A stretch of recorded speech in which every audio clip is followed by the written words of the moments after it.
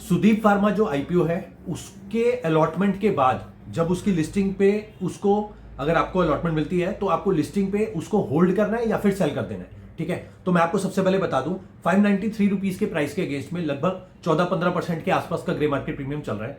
कहीं ना कहीं 675 से लेके 680 रुपए तक की लिस्टिंग होगी। तो मैं आपको यही एडवाइस करूंगा कि अगर आपको 15% का प्रॉफिट मिलता है बहुत अच्छी बात है। ठीक है, आप ये प्रॉफिट लेके इससे एग्जिट करके बाहर आ जाइए। ठीक है, क्योंकि आने वाले टाइम में दिसंबर मंथ में बहुत सारे आईपीओ जो है वो इनलाइंड है जो कि बैक टू बैक आने वाले हैं। हो सकता है कि कुछ आईपीओ जो है वो एक दूसरे से क्लैश भी करें, मतलब एक जो आईपीओ का पैसा है वो दूसरे में आप ना लगा पाए, मतलब डेट्स जो है वो फुल क्लैश करें। तो उस नजरिए से अगर देखा जाए तो आपके पास फंड्स की जो अवेलेबिलिटी है वो हमेशा जो है होनी चाहिए for applying multiple IPOs also together. ठीक है, तो अब आप अगर आप सुदीप फार्मा का आपको अलॉटमेंट मिलता है तो अगर आप उसको रखेंगे तो फिर आपका फंड जो है वो ब्लॉक हो जाएगा। फिर आने वाले टाइम में जो होगा फिर आपको जो फ्रेश फंड्स की रिक्वायरमेंट पड़ेगी, फिर आपके पास फंड्स अगर बाई चांस नहीं हुए तो फिर आप एप्लीकेशन नहीं लगा पाएंगे। तो मैं आपको यही एडवाइस करूंगा, आईपीओ की लिस्टिंग पे उसको आप सेल कर दीजिए। बहुत सारे आईपीओ जो अभी रिसेंटली लिस्ट हुए हैं वो काफी ज्यादा 90% के आसपास जो है वो काफी ज्यादा डाउन जा चुके हैं, ऑलरेडी लिस्टिंग प्राइस से भी नीचे जा चुके हैं। तो इसलिए मैं आपको यही एडवाइस करूंगा कि आप जो है लिस्टिंग पे जो भी आपको प्रॉफिट मिलता है, अगर आप ये सोच रहे हैं कि 15% प्रॉफिट कम है तो उस 15% को आप कंपेयर करिए एफडी के इंटरेस्ट से। तो एफडी का जो इंटरेस्ट मिलता है वो 6.6 मिलता है अभी रिसेंटली, कि जो रेट ऑफ इंटरेस्ट की बात करूं मैं तो 6.6% के हिसाब से अगर 15% आप करते हैं तो लगभग 2.5 गुना के आसपास ज्यादा जो है आपको रिटर्न मिला है within span of 1 week. और वो जो 6.6% मिलता है वो 1 साल का मिलता है। तो आप अगर इस तरीके से कंपैरिजन करके चलेंगे तो आपको बहुत अच्छा फील होगा। और आप जो है लिस्टिंग पे जो है प्रॉफिट बुकिंग भी करते रहिए, मतलब आप ये मत करिए कि आप थोड़ा इसको लॉन्ग टर्म रखेंगे। ठीक है, लॉन्ग टर्म अगर आपको रखना है थोड़े बहुत शेयर लॉन्ग टर्म रख लीजिए, बट अदरवाइज जो है लिस्टिंग पे आप ट्राई करिए पूरा अगर आपको सेल करना है तो आप वो कर सकते हैं। मैं जो है आपसे वही डिस्कस कर रहा हूं जो मैं खुद इंप्लीमेंट करता हूं। जो भी आपका फाइनल डिसीजन हो वो आप एक तो अपने फाइनेंशियल एडवाइजर से डिस्कस करिएगा, साथ ही आप अपनी खुद की जो थिंकिंग है, खुद की जो सोच आपकी निकलती है उसको आप इंप्लीमेंट करके फाइनल डिसीजन तभी लीजिएगा। ये नहीं कि किसी की भी बातों में आके आपने कोई भी स्टेप ले लिया। मैं जो यहाँ पर बात कर रहा हूँ मैं वो बात कर रहा हूँ जो मैं खुद इंप्लीमेंट करता हूँ।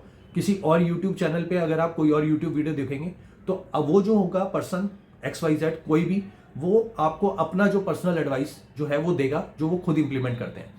तो मैं भी आपको यही एडवाइस दूंगा कि आप सबकी एडवाइस सुनिए, मतलब भगवान ने 2 कान दिए हैं। ठीक है, तो 2 कानों से आप सबकी सुनिए, बट जो करिए वो अपनी मन की करिए कि आपका मन जो है वो क्या कहता है। अगर आपका मन कहता है कि आपको होल्ड करना है तो आप होल्ड करिए, कोई दिक्कत वाली बात नहीं है।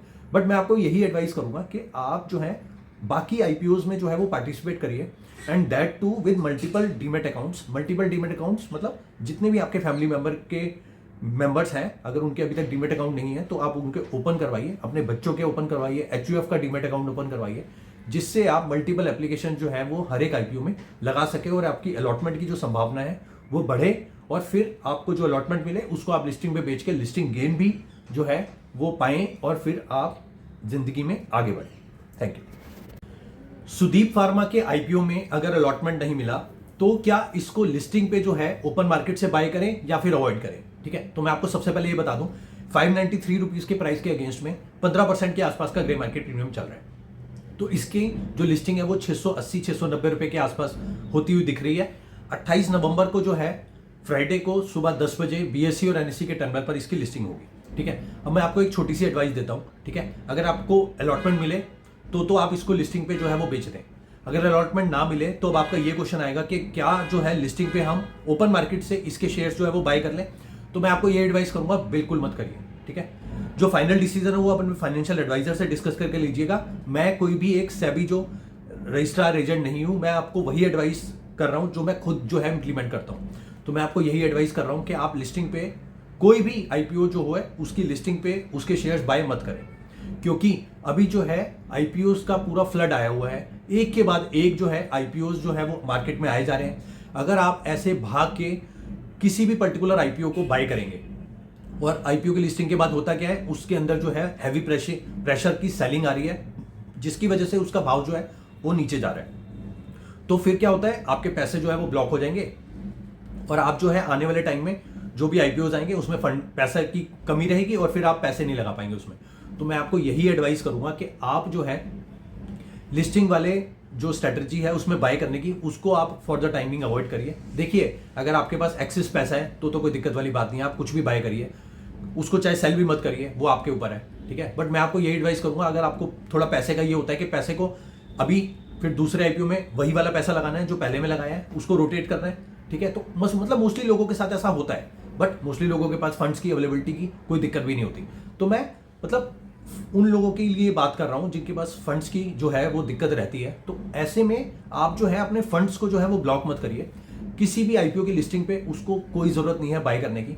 आप क्या करें, आप जो है अगर आपको अलॉटमेंट नहीं मिला तो चुपचाप शांति से बैठ जाएं, अगले आईपीओ आने की इंतजार करें और फिर उसके अंदर जो है एप्लीकेशन लगाएं। जितने भी हो सकता है मैक्सिमम नंबर ऑफ जितने भी डीमेट अकाउंट ओपन हो सकते हैं घर के, वो आप करिए।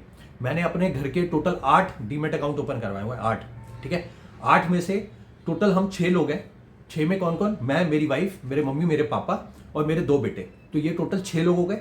अब 6 के बाद में मैंने अपना एक HUF का डीमेट अकाउंट ओपन करवाया हुआ है, अपना HUF का पैन कार्ड बनवाने के बाद, और ऐसे ही सिमिलर अपने फादर साहब का भी करवाया हुआ है। तो टोटल मेरे पास 8 डीमेट अकाउंट हैं, जिनमें से मैं हर एक आईपीओ में जो है अलग अलग आईपीओ की एप्लीकेशन जो है वो लगाता हूँ। कैटेगरी भी मैं अलग अलग कभी कभी डिफाइन कर देता हूँ, कभी रिटेल, कभी स्मॉल HNI, कभी बिग HNI। तो इस तरीके से आपको भी इसी तरीके से चलना चाहिए। और मेरी जो फिलोसफी है वो यही रहती है कि मैं लिस्टिंग पे जो है आईपीओस को सेल कर देता हूँ जो भी मेरे को अलॉटमेंट हुई होती है, ठीक है। कुछ लोग होते हैं जो प्रिंसिपल अमाउंट होता है, सपोज उनका 15,000 का आईपीओ लगा रिटेल में और उनको 2,000 का प्रॉफिट हुआ, तो वो क्या करेंगे, जो प्रॉफिट वाले 2,000 रुपए हैं उसके जितने भी शेयर्स होंगे वो अपने डीमेट अकाउंट में रिटेन करेंगे और 15,000 का माल बेच देंगे। तो ये भी ठीक है कंसेप्ट, कोई दिक्कत वाली बात नहीं है। मेरे को कोई क्लोज फ्रेंड है मेरे, वो यही करते हैं। बट मैं आपको यही एडवाइस करूंगा कि आप जो है अपनी कंफर्ट जोन के हिसाब से देखिए कि आपको क्या जो है बेस्ट सिनेरियो लग रहा है। किसी की भी बातों में मत आइए। मैं अगर कोई एडवाइस दे रहा हूं तो मैं वो एडवाइस दे रहा हूं जो मैं खुद इंप्लीमेंट कर रहा हूं। कोई और यूट्यूब पे अगर कोई और बंदा बोल रहा है तो वो भी वही चीज बोल रहा है जो वो खुद इंप्लीमेंट कर रहा है। अब आपको ये देखना है कि आपका जो कंफर्ट जोन है वो क्या बनता है। हर एक बंदे का अपना अपना कंफर्ट जोन होता है। मेरा जो कंफर्ट जोन है वो यही बनता है, मैं लिस्टिंग पे जो है वो माल बेच देता हूँ। मोस्ट ऑफ द केसेस में तो मैं प्री ओपनिंग सेशन में ही उस माल को बेचने का ट्राई करता हूँ पूरा। फिर उसके बाद क्या होता है, जो फंड आता है उसको फिर मैं आगे जो है और जो आईपीओ हैं उनके अंदर यूटिलाइज करके उनको आईपीओ भरता हूँ। फिर जो मेरे को अलॉटमेंट होती है फिर मैं बेच देता हूँ माल।